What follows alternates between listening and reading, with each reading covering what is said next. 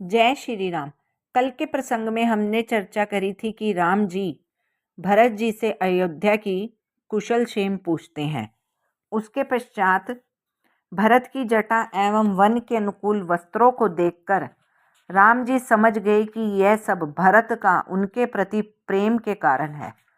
तब भरत का पुनः आलिंगन करके राम जी ने पूछा, भ्राता भरत, तुम राज सिंहासन को त्याग कर एक भिक्षुक के वेश में वन में क्यों आए हो? भरत जी ने उत्तर दिया, हे राम, मेरी माता के षड्यंत्र का मुझे कोई ज्ञान नहीं था। मेरे अनुसार आप ही सिंहासन के सही उत्तराधिकारी हैं। अतः मैं आपसे प्रार्थना करता हूँ कि आप अयोध्या लौटकर साम्राज्य का शासन संभालें।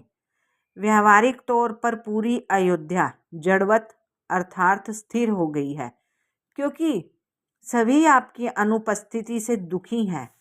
अपनी भावुक प्रार्थना करते हुए भरत जी ने राम जी के चरण कमलों को अपने सिर पर रख लिया।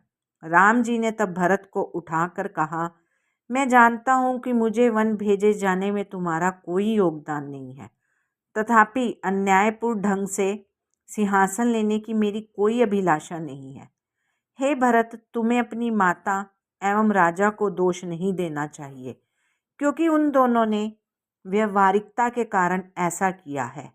वस्तुतः ज्येष्ठ अपने आश्रितों के साथ जैसा चाहे व्यवहार कर सकते हैं। अतः तुम्हें राज सिंहासन स्वीकार करके राज्य पर शासन करना चाहिए। यह तुम्हारे पिताजी की इच्छा भी है।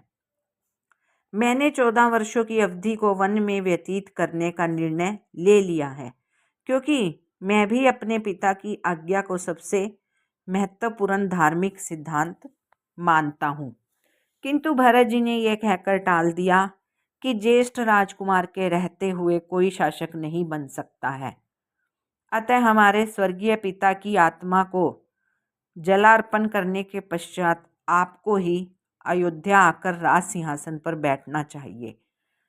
पिताजी की मृत्यु का समाचार सुनते ही राम जी मूर्छित होकर धरती पर गिर गए। जय श्री हनुमान। शेष चर्चा कल। यदि आपको मेरा चैनल अच्छा लग रहा है तो लाइक, सब्सक्राइब और शेयर अवश्य